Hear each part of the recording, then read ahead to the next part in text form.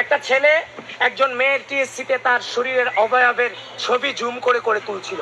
যখন তাকে দৌড়ানো দেওয়া হলো তখন সে কিন্তু শিবিরের প্রোগ্রামে চলে গিয়েছিল। আমরা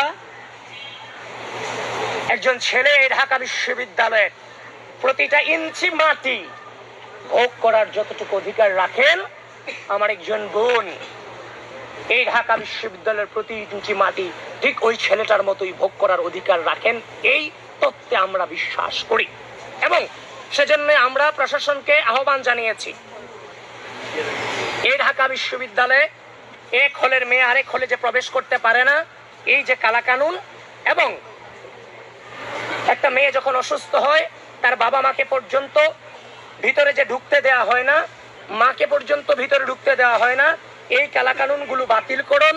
এবং রাত 2টার পরে মেয়েদের যে মেইন গেটগুলো, ফ্লোরের যে মেইন গেটগুলো আমি যতটুকু জানি বন্ধ করে দেয়, এক প্রকার জেলখানা, যে মাঠেও আসতে পারে না, এই ধরনের যত কালাকানুন, এগুলোর বিরুদ্ধে আমরা বারংবার উদ্যোগ নিয়েছি, কথা বলেছি, গলা জারি রেখেছি, কণ্ঠ জারি রেখেছি।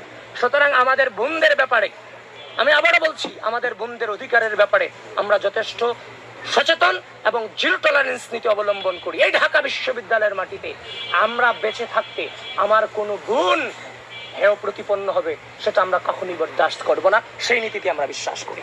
যেটা অভিযোগ দেওয়া হচ্ছে টোটালটাই অপপ্রচার, টোটালটাই। আপনারা এটাও জেনে থাকবেন, সেদিন শিবিরের যে প্রোগ্রাম ছিল টিএসসিতে, একটা ছেলে শিবিরের প্রোগ্রাম থেকে একটা ছেলে একজন মেয়ের টিএসসিতে তার শরীরের অবয়বের ছবি জুম করে করে তুলছিল। যখন তাকে দৌড়ানো দেওয়া হলো তখন সে কিন্তু শিবিরের প্রোগ্রামে চলে গিয়েছিল।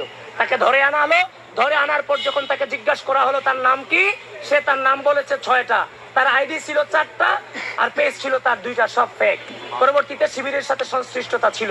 সুতরাং স্পষ্ট প্রমাণ আছে নারীদেরকে বারংবার কারা 5 আগস্ট পরবর্তী পর্যায়ে হেনস্থা করেছে।